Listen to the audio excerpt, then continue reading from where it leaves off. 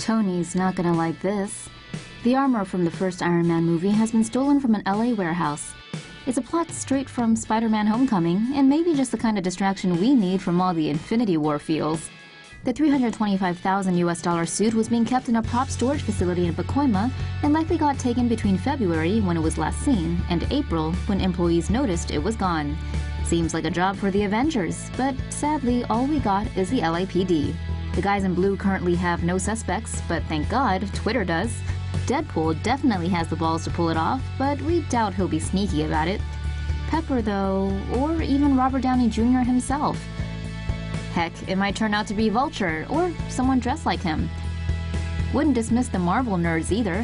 Who knows, maybe one day someone will cosplay in the original armor and we'll be none the wiser. Whoever it was, mad props to you.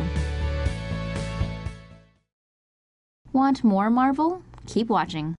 That is one thirsty teen. Michael B. Jordan is God's gift to women, and no one knows that better than this 18-year-old who thirsted after him so hard she broke a mouthpiece. Anyone who's seen Black Panther will remember the waterfall battle scene, not least because it's the first time we see Killmonger without a shirt. San Francisco teen Sophia Robb recalls this scene all too well, since the sight of that sexy bod had her clenching her teeth so hard her retainer snapped. Whoops. Rob went to see her orthodontist the next day to get it fixed and had to tell him what happened. The orthodontist found the story so amusing he put it up on Tumblr, and it took off from there. When Rob came across it on Twitter and realized it was about her, she fessed up online. It was the best decision ever. Pretty soon, none other than Michael B. Jordan himself got wind of Retainer Girl and offered to hook her up with a fancy new mouthpiece, hopefully made from vibranium, so it won't ever break. Guess it's safe to say Retainer Girl's life is made. Iron Man suit built by fanboy and dance instructor in Taiwan. 28-year-old Wu Yuting worked together with his friend Guo Wensheng to construct a replica of Tony Stark's Iron Man suit from the popular comic book and Marvel superhero films. It took the pair about 8 weeks to create the suit, which cost them the equivalent of about $164 in materials. The suit is mostly made of polyester putty, but also includes LED lights on the palms, chest, and helmet.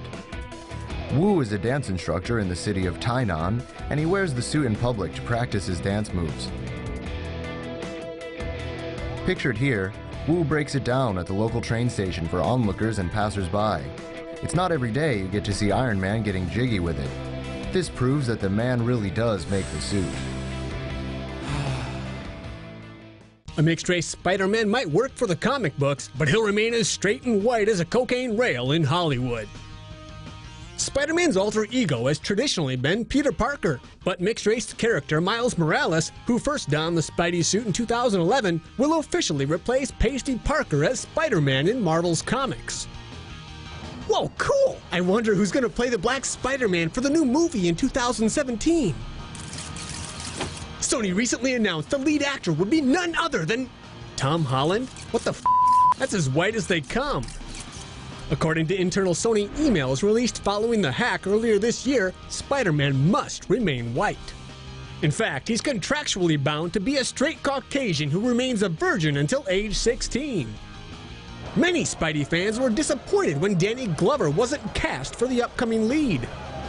What does Stan Lee think about all this? We originally made him white. I don't see any reason to change that, the creator of Spider-Man said. He added, I have no problem creating new homosexual superheroes.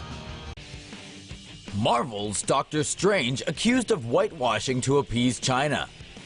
With the new Doctor Strange movie awaiting release, the film is dealing with some racial and political accusations of whitewashing one of its characters, a Tibetan sorcerer known as the Ancient One, played by Academy Award winner Tilda Swinton. On an April 17th podcast, Doctor Strange co-writer Robert Cargill said, quote, "If you acknowledge that Tibet is a place and that he's Tibetan, you risk alienating 1 billion people who think that that's bullshit, and risk the Chinese government going, hey, you know one of the biggest film-watching countries in the world? We're not going to show your movie because you decided to get political." These accusations didn't go over very well, but the studio has responded by saying, quote, "The Ancient One is a title that is not exclusively held by any one character, but rather a moniker passed down through time, and in this particular film, the embodiment is Celtic. It wouldn't be the first time Marvel characters have had skin tones change from the comics to the big screen. 2003's Daredevil saw the tubby, white mobster known as the Kingpin, played by African-American Michael Clark Duncan. And though S.H.I.E.L.D. agent Nick Fury was originally a Caucasian CIA badass, in 2002 Marvel altered his look in the comics to resemble that of Samuel L. Jackson, who has since played the character several times. Tom Hardy is getting jacked. Tom Hardy is putting in work for his role as the title character in Venom, Sony's new comic book movie based on the Spider-Man supervillain. The character was previously a villain in 2007's Spider-Man 3, where he was portrayed by Topher Grace.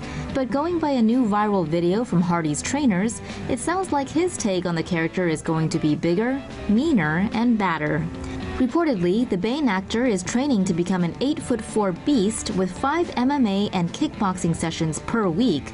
The film won't feature Spider-Man, but may contain another villain from the web-slinger's rogue gallery.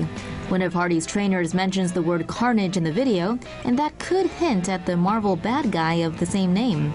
The film is currently in production and is scheduled for release next fall. Avengers beats Star Wars for best opening weekend. Avengers Infinity War has had a huge opening weekend. The flick has pulled in over $257 million in North America and $640 million worldwide. This means it made even more than Star Wars The Force Awakens when it opened in December of 2015. Disney has been on quite the blockbuster roll. Black Panther also pulled in $202 million in its premiere weekend. Black Panther has already made $1.3 billion for Mickey and the Bunch. It looks like Infinity War could be joining the Black Panther very soon. As for which universe is better, superheroes or Star Wars, you decide.